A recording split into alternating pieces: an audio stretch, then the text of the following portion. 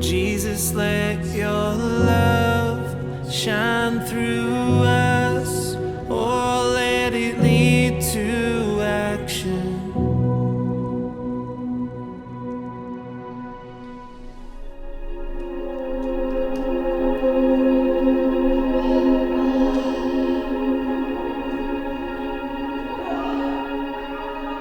When I was 8 years old, my mother passed away giving birth to my younger sister. After that, another sister and I were sent to live with our elderly grandparents, but they were not able to take good care of us. So we came to live in a children's home. I remember having a happy life growing up in the children's home. I had many fun times with my friends, went to school, and learned about God. The Salvation Army fulfilled all my daily needs, while also guiding me to be a responsible person with a strong spiritual faith. I always wanted to be a teacher, and they supported me to get a good education and go to college.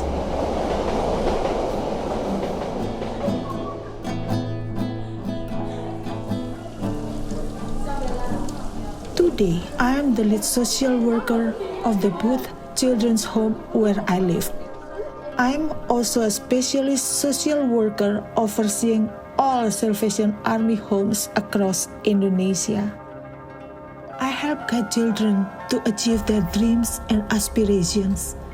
The girls here love music. They enjoy schoolwork, basketball, and spending time with their friends like normal teenage girls do.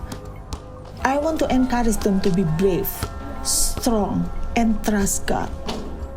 The Salvation Army Safe Pathways program supports every child living in our children's home. We facilitate children's contact with relatives and to reunite with their families.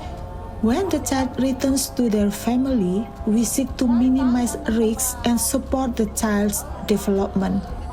Ultimately, the aim is to see children cared for holistically as individuals and in safe family-based environments. This building has been home to girls for over 100 years. God's presence and blessings in our ministry has been extraordinary through officers and staff who focus on, care for, and protect children. My life has forever been impacted by the Salvation Army, and I can feel God's involvement in every step of my life until now. We hope we can share God's love and see the children being cared for holistically as individuals in safe community, since none of these children want to live separately from their family. These projects support the transition of children from residential care towards family-based care. My dear friends of my Salvationists, we realize that there are many children all around the world need support for their future. Therefore, I kindly ask you to join us to do good deeds through this self-denial of faith. Your compassion and loving actions in caring for others are accountable before God.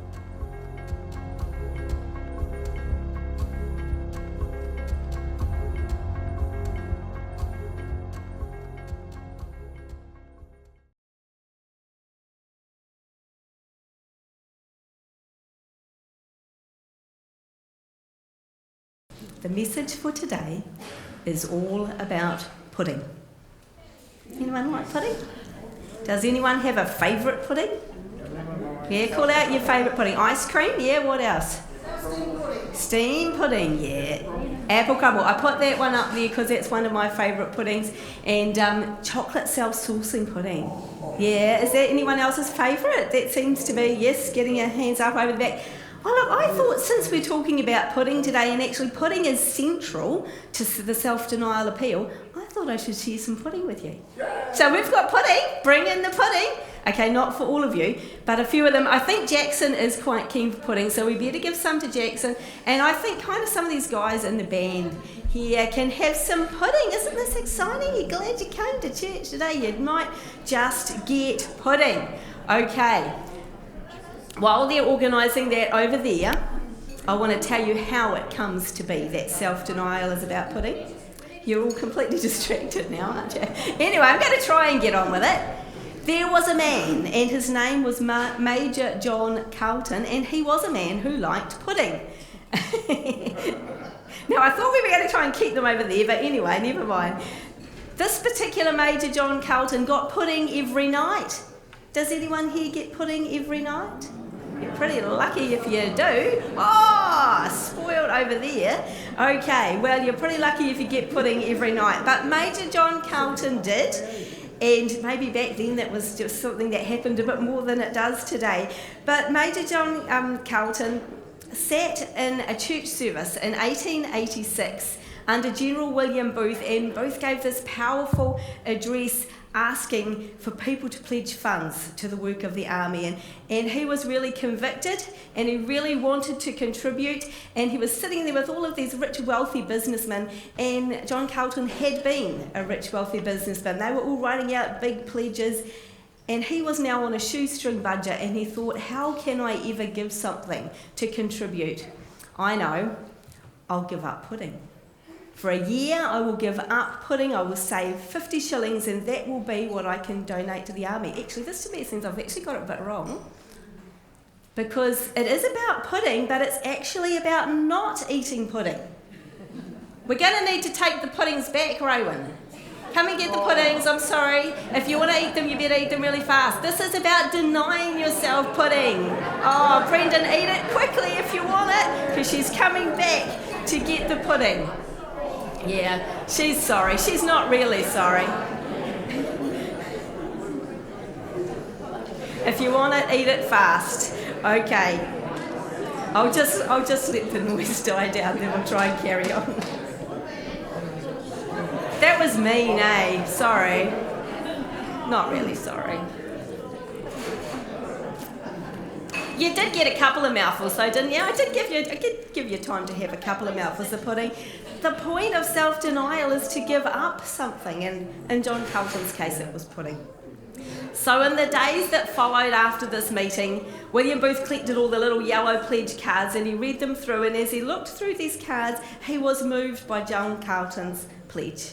Whilst there were lots of people who had donated large sums of money, Carlton's represented a real sacrifice. Booth thought, though, that it was far too long to ask someone to go without pudding for a whole year. He thought that would just be too rough. But he thought, what about a month? What about asking him to give up pudding, or something else for that matter, just for a month? And they could take that money and donate it to the work of the army. And so that is what they did. And that is how it all started. And in that first year that they did the self-denial, they raised £5,000, which was a big sum back in those days. And over the years it's grown and it's spread around all of the Salvation Army world. Every country, every territory is invited to participate, to deny themselves something so that they can raise money for the work of the army.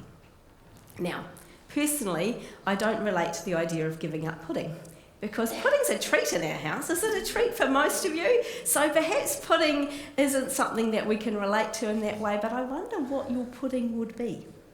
What's that thing that you have every day and that you really like, and you kind of think, well, I deserve that. There's nothing wrong with me having that. That's okay that I do that, isn't it? That thing that you wouldn't want to give up, but you wouldn't die if you did have to give it up for a month. So it could be meat. I know, some of you are going, ooh, don't know if I could give that up, but could you? For a month? Maybe. Could be going to the gym, because it doesn't just have to be food-related things. You could go for a walk or a jog instead of going to the gym and take that money and give it to the appeal. I think for a lot of us it could be coffee.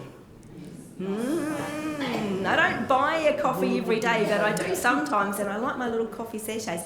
I like that. I'm entitled to coffee, aren't I? But what if I chose to give that up and put that money into the appeal? What's your pudding? Self-denial is about sacrifice.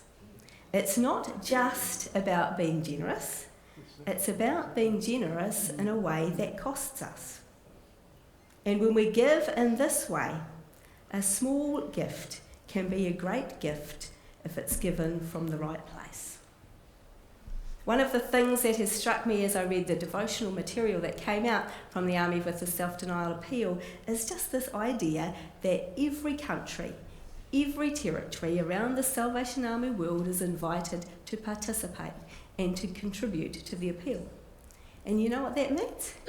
That means that even in the countries where people have virtually nothing, in those countries where people live on a shoestring budget, they are invited to take part. And they do. And that means planning ahead. That means getting creative. That means working really hard. And that means real sacrifice. But those people want to be part of this. They want to contribute. And so they make it happen. When the Salvation Army came to East Africa, there was an elderly, half-blind Zulu widow. She was in her 80s and her name was Maria. And when it came to self-denial time, she begged a local farmer, would he let her work in the field so that she could earn some money, because she was on a shoestring budget. She had no discretionary income, but she wanted to contribute, and so she begged this farmer to let her work in his field, and he was touched by her faith and said, yes, you can, and I'll even pay you the same rate that I pay these young village girls who are much harder workers than her. He paid her the same rate as these girls, which was a whole sixpence. And so she worked hard for that week, and on the day of the appeal, she took her sixpence in its little envelope, and she came up the front, and she knelt at the mercy seat, and she said, Lord Jesus, take my gift. I wish it were more, but it is all I have. May this help you send light to people who are in greater darkness than I am. A small gift can be a great gift if it's given from the right place. Maria's gift was given out of her poverty. And in Mark and Luke, we read a story about another widow who gave out of her poverty. Mark puts it like this. Jesus sat down opposite the place where the offerings were put and watched the crowd putting their money into the temple treasury. Many rich people threw in large amounts, but a poor widow came and put in 2 very small copper coins worth only a few cents. Calling his disciples to him, Jesus said, Truly I tell you, this widow has put in more into the treasury than all of the others. They all gave out of their wealth, but she, out of her poverty, put in everything, all she had to live on. Now this event happened just a few days before Jesus went to the cross. He had returned to Jerusalem, and in the centre of Jerusalem is this incredible temple. It spreads over 37 acres and it towers 150 feet tall. And as part of this temple complex, there was a court of the women. And the men and women were allowed in the court of the women. And in the court of the women, there were 13 boxes like this. Boxes with these trumpet-shaped kind of funnel things. And these were offering boxes. You would come and you would put your coins in there. And what it meant was, because of the shape and the type of boxes, as you dropped your coin in, you'd hear it. And so, as all of these rich people came, and they put in coin after coin after coin, that sound rung out, and everybody had a pretty fair idea of how much money you'd put it in.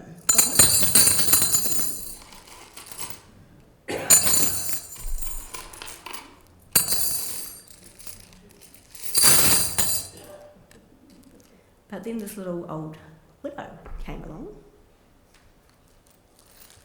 with her 2 little coins, and they just made a gentle little click as they fell. She gave 2 very small copper coins.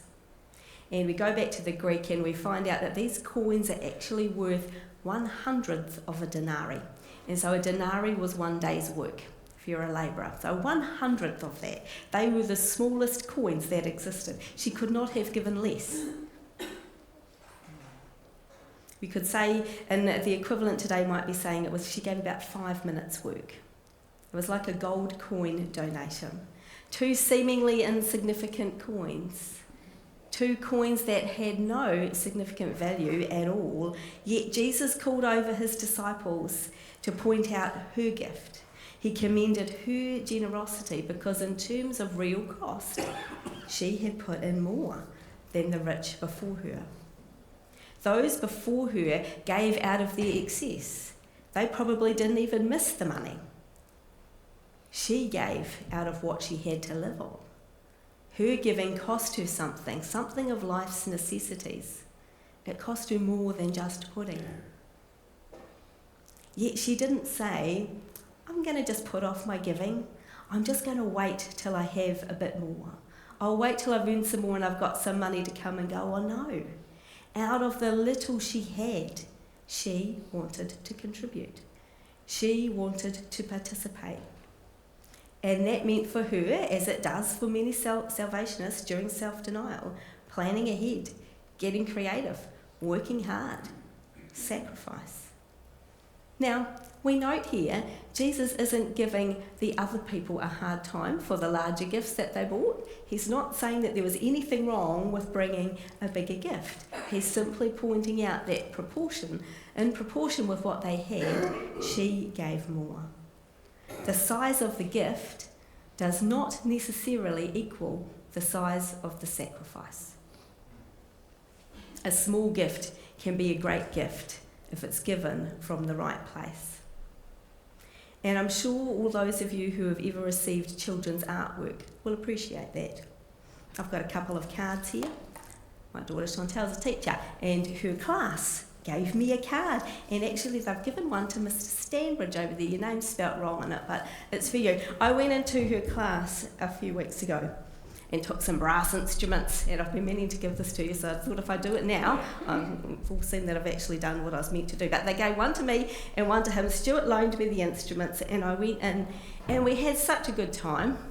Now, they've all written me a little message in here, and it's special.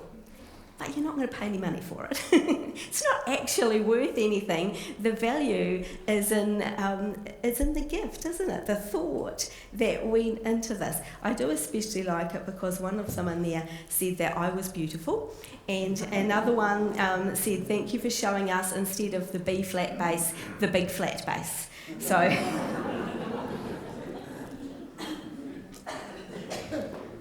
a gift can be precious not because of what it's worth, but because of the place it is given from. So what do we learn from stories of pudding and widows and coins? Well, I don't know what you learn and what God is saying to you this morning, but I want to share with you 3 things that have struck me as I've gone through this preparation for this morning. And the first thing is, you are never too poor to give. Right? You are never too poor to give. Now, I am talking about money, but I am not just talking about money. There are lots of ways we can be generous. We can be generous with our time and with our skills and with our words and with the things we grow in our garden. There are so many ways that we can be generous. You are never too poor to give. But you know, we can think, I'm going to put off giving now and I'll give when I have more. Let me just get myself set up and then I'll be able to be generous. You know, it just doesn't work that way. It doesn't. Statistics actually show that the wealthier people are, the smaller proportion of their income they give away. There is never a good or an easy time to start giving. It will not get easier if you wait longer. I've talked to some young people lately in part-time jobs or on student allowances, and they've said, I'm just waiting until I get a proper job. Well, you know what happens when you get a proper job? You get proper bills, and you always have things you need and things you want, and it's always like that. So if you haven't started being generous already, why not start now? Because there's never going to be an easier time. Why not make generosity a priority? In fact, just build it into your lifestyle. Start now, even if it's just that gold coin donation. If it's given from the right place, it's a good gift. So I learned that you're never too poor to give. I'm reminded in this story that Jesus sees things we don't see. I just love the fact that he noticed this woman. Richer people are there doing their thing, and there's a little old lady who perhaps I might have overlooked, but he saw her. He saw her and he saw her gift. He saw the value in her gift. We'd see the gift and count the money, but God can count the sacrifice. Appearances can be deceiving. God doesn't look at the frequency or amount, but rather the way that gifts are made. Which leads to my last point. Attitude matters. Our attitude to giving matters. If it's true that a small gift is a good gift if it's given from the right place, then it's also going to be true that a large gift is a good gift if it's given from the right place. But what that means is that the opposite is true, and a gift of any size which is not given from the right place is not a good gift. So what is your attitude to giving? Do you give begrudgingly, like it's just expected of you, so you just got to do it? Do you give just out of habit? You just do it without thinking because it's something you've always done? Might we perhaps give hoping for something back? God will see I'm super generous, so there's going to be a reward, there's going to be a blessing, I'm going to score some points with God. Or do we give freely from a grateful heart, recognising all that he has given us and knowing what an honour and privilege it is that we can contribute and we can participate and work with God in what he is doing in the world? Attitude matters. So what is God saying to you? What is God speaking to you about this morning? As we reflect, we're going to sing a song called This Is My Desire. And the idea behind the song is that it's about giving our all to God. Our money, yes, but not just our money. All of us to God. And I pray that as we sing, God would show each of us any parts of ourselves that we're holding back, and that he would help us to know what it means to give from the right place.